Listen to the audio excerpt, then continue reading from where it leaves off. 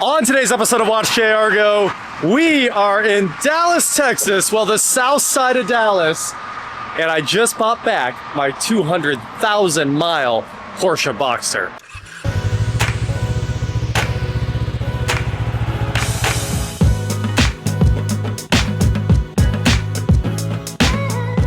What is going on, guys? I am WatchJRGo, and today it might be dark outside. It is late night, but like I said, we are back at In-N-Out in Dallas, Texas with my old Porsche Boxster. And I know it's super loud on the highway here, but first stop had to be In-N-Out. Mike and I used to make regular trips down here. We would leave Kansas at lunch and we drive straight to Dallas just so we could have some In-N-Out. We wanted to eat our cardboard fries. Let's cut to that now. We didn't actually come to Texas to buy a Porsche. We came to Texas. No, we're for the In-N-Out. Yeah, that's what it's all about. Mike went full OG here, pink lemonade, and I went classic Dr. Pepper here. And you went crazy on the fries. Went crazy on the fries. I went boring, but you know, I've done the animal style fries, and I'm not super about it. Well, I only get it like once a year. That's true. I gotta go all the way. You know what? It's probably been, I bet it's been 2.5, maybe even longer. I'd have to look back through my phone. It's been that, every bit of that for me. Yeah. All right. Well, we're here. We got a Porsche. We got good food. We got In-N-Out. We're happy. Let me test this. It's still cardboard, right? You know, Slightly better than cardboard. Slightly better than cardboard. Great burger. Let's go. So it's now time to head home. We're gonna jump in the cars. I've got the Volt here, and obviously the Boxster's here. Mike's driving. What do you want to drive? I'll stick with that one for now. It's smart. It's smart. I also would go with car drive self because we just sat in traffic for 30 minutes and I forgot what traffic's like in a manual. It's been a bit. But with that said, let's get back on the road and head to Buc-ee's. You know we have to, and fill this thing up. And we're starting this trip off at 198,580 miles. Well, just rolled over 81 right there. And when we get back, we should be almost at 199. And then I'm gonna put a couple thousand miles on it the next couple weekends. We got Mike driving the Volt back, and we just found a 4G Eclipse that's clean. All right, I wanna say it's clean, right? Because I'm giving them all the credit in the world. These cars were awesome, but that tire is completely flat. And then they just like had a wreck. Dallas is wild, guys, but it's cool. We made it. Look at this. We got to unload the cars now. We gotta enter the track. Yeah. But guys, we've made it to the promised land, of course. The Buc-ee's is here. All 8,000 gas pumps at once. It's kind of funny. That looks like one of those infinite mirrors, but no, that's just real life. But here we are. That's the Buc-ee's life, you know? So we got the Boxster here. The Volt's out of gas. The Boxster's actually full, but we're gonna fill up both of them real quick. And that was a trip, man. That was the longest 40 miles of our lives right there. Getting in and getting out. Stop and go traffic the entire time. But this thing is doing great. It's pretty much exactly the car that I sold it as. We tinted the windows. Tinted the windows, added these clear markers. Clear markers. And that's pretty much it. It's the exact same car. Everything looks the same. This is our first time seeing it too, huh? With the light, yeah. Yeah. Nice and bright out here. Even still has the PCA sticker in it. If I remember, this is a 2-owner, 3-owner car, one of the two. We are back in the shop with my 2006 Porsche Boxster that I sold because I was afraid of hitting 200,000 miles on it. Now, I sold it, I think, at 196,000 miles, which was already very close, and I wanted to roll it over. But also, like I said, I was scared of the value hit that this thing would take once it actually had that 2 pop up on the display. But now it sounds like fun. So I'm gonna tell you guys the story of buying this thing back and the subscriber that wanted to return it. And I'm gonna tell you about the car for just a couple seconds first. So this is 2006. These cars were refreshed. The Boxster was refreshed in 2005. It got bumped up to the 987.1, which got rid of the runny egg headlights. And people love these. These are worth far more than the first generation typically because the headlights. I think the headlights were like a major thing for Porsche people. I don't hate the runny egg personally, but this is a sharp looking car. I'm a big fan of it. It got new wheel arches, it got larger vents in the back there. You can fit 19-inch wheels easily now, probably even 20s, but this one is on the 19s. It makes 236 horsepower out of its little 2.7 liter power plant, and this is the 5-speed. Now, that's a little bit unfortunate. It's a win some, you lose some situation. These were also available as a 6-speed. Typically, I think the 6-speeds ended up in the S's. This is a base model, but the 5-speed ratios are very nice. I think the 6-speed would be a little better for those long highway cruises home that I just did, but it was just fine. Sure, it's turning over like 2,700, 3,000 RPM on the highway at 85 mile an hour, but Porsches like to hang out at those RPMs. It seems weird, right, when you're coming from V8s and domestic stuff and, you know, 10-speed transmissions today, but this old 5-speed does very well. And Porsches do shine about 4,000 RPM. That's where they're all incredible. And I gotta say, this little flat 6 hanging out in the back that we can't really see because it's totally covered up, right? There is a trunk here, and you have to take basically everything apart if you need to get to the engine.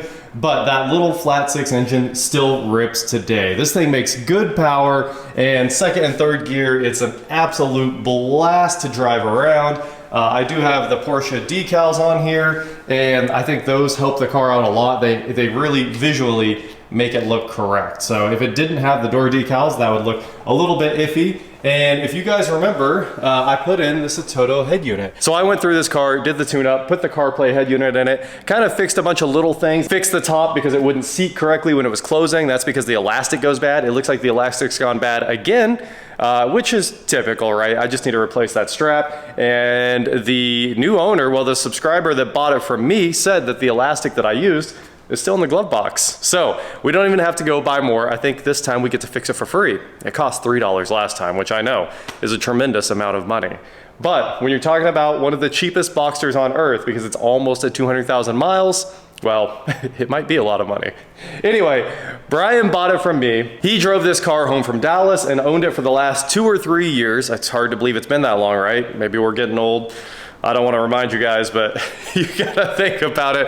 And he made some improvements to the car. So when it left here, it still had the amber markers. He put on these nice, clear amber LED ones, which look really good. I remember these rock chips were here the whole time. None of that's new. Like I said, 200,000 miles on a Porsche. And he fixed a few other little things like the amplifier for the front speakers. We found out that was unhooked, and that's why the speakers were so quiet literally the day I was selling it to him. So I didn't have time to mess with it. He went ahead and sorted that out. I think he put new door speakers in it, so now it actually gets quite a bit louder than it did before. Also, when I sold it, the sun visors were getting pretty annoying. Sun visors wear out. They really wear out on German things. Like my Maserati does it too.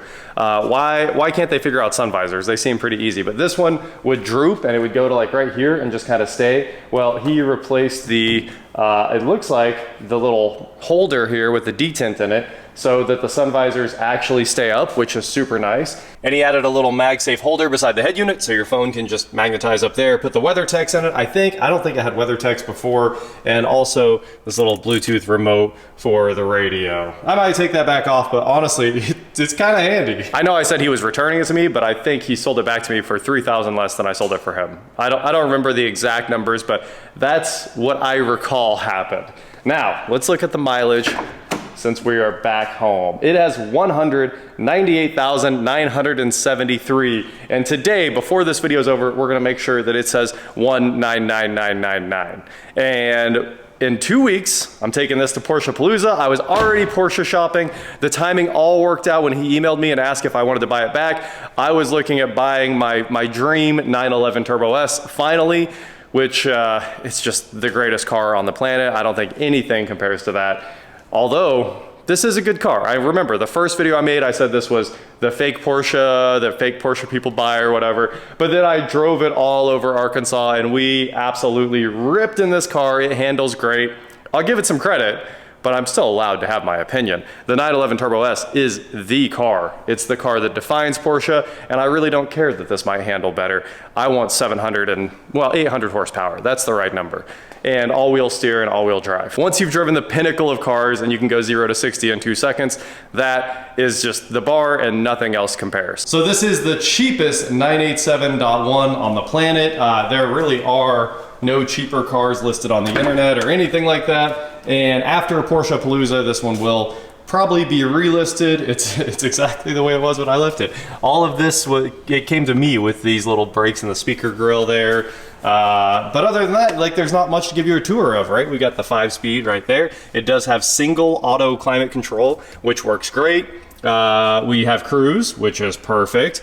The power top is still working great. The seats can flip forward if you flip their little deal right there. You've got the nice solid back. Little window cover hanging out back there. There's just not much to say. It has auto windows, power mirrors, no auto headlights, which is a big pain. I don't know when the last time I really drove a car without auto headlights was. Yesterday. And the updated gauges that the 987's got. So more circular gauges. And I actually love the font on these. It's great. Of course, later on, these got replaced by the 718, Boxster, and Cayman. And I've driven the 718 with PDK, and that is a little more my style. I'll do about anything to have a dual clutch, greatest transmission on earth. But this is still incredibly fun for like a fifth of the cost of a used 718. Let's also open up the front and the back. So you get a frunk and a trunk in the Boxster. I know, right? The storage is crazy. I do have the wing up. It works perfectly, but I had it up just a minute ago when I took this to town to deliver some packages. We've got our oil and coolant reservoirs right there, and you should be able to see into the coolant reservoir, but this one's honestly kind of old, so I don't think you can really see the level there anymore. And then I forget what this opened. I think this is just the emergency release to open the trunk right there, and you can see the wiring to the backup camera that was all tucked away but has fallen down over the years. But I added the backup camera too. It's still working great. Center exhaust looking good on this car. The rear end of it is really where it shines. These things look very cool from the back. And you've got the cool Porsche cup holders like it's a 911. Or you can close the center. And we'll put the cup holders back up. These actually work very well for what they are. Better than the Lambo ones that are a little iffy sometimes if you have the option. And here in the front, you've got a lot of storage. So this is an insane frunk. You can stack at least two 24-inch carry-ons in here. You have to love that. Of course, we found the amplifier was like hanging out in here somewhere. I forget where. Brake reservoir right there, but there's an aftermarket amplifier in here. And we didn't notice that until the car was leaving. So this is your battery cover. There it is. So what is this? Oh, Rockford. Yeah, check that out. Toolkits in here, tow hooks in here, some slime to fill the tire up because you don't have a spare. And then this Rockford amplifier that replaced the factory speaker amplifier. And that's probably where the issues were. And then one of these connectors is unplugged, which is a little weird. A lot of stress on the wires too. I think this all needs tucked back in. Not sure what's up with that connector though, because it does connect to a few wires. Maybe it's got blown speakers in the rear. And I know you guys aren't gonna believe this, but the hood struts work. There's a chance I changed them. I don't really remember, it's been so long, but the hood struts on this car work. That's just a sign of quality right there. Again, don't quote me on this because it's been a very long time, but I bought this car from Enthusiast Auto Sales. It belonged to a PCA member that took care of it meticulously, right? I mean, the tires were relatively fresh when I got it. Oil service, all the service was up to date for the most part. And I think that made me like the third owner, which would make me, we'll just call me the third owner again instead of the fifth owner. But it's a very low ownership number too. It's not like this car has been passed around. It's just been driven. And Brian also didn't put many miles on it. I think I sold it at 196 and he sold it to me at like 198, somewhere in that ballpark there.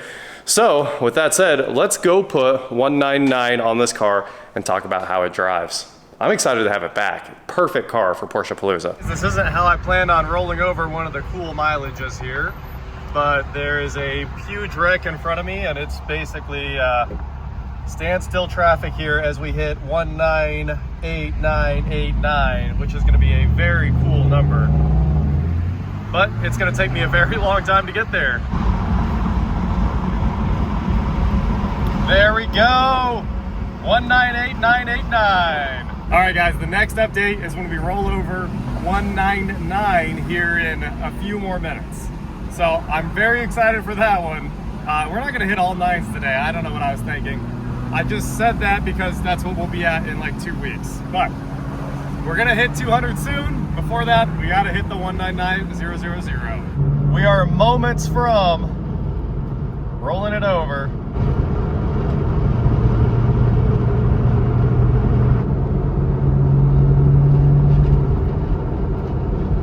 Bring on the nines. There it is. 199000. It is close to the magic number now. Just one more day of driving. I had to throw the top up just so we could hit that number, and I can't wait to hit the next big number because it's coming so soon. Now let's get this Boxster back to the shop, and we're gonna go through it before we hit that 200. We got to do tune-up, maintenance, everything, and make sure it's ready for the next, the 300,000 mile mark too. Well, there you have it, guys. We are running the number up, 199000. It's actually 020 now. We're still piling the miles on this car, and it drives great. Obviously, traffic's not very fun for testing out your Boxster, but this thing turns in incredibly well. It still makes great power. It's just better than you'd ever expect for how cheap of a Boxster it is. And in the next video, we're gonna figure out everything that needs fixed on it. I've been making a list. So that is it for today, guys. Thank you so much for watching.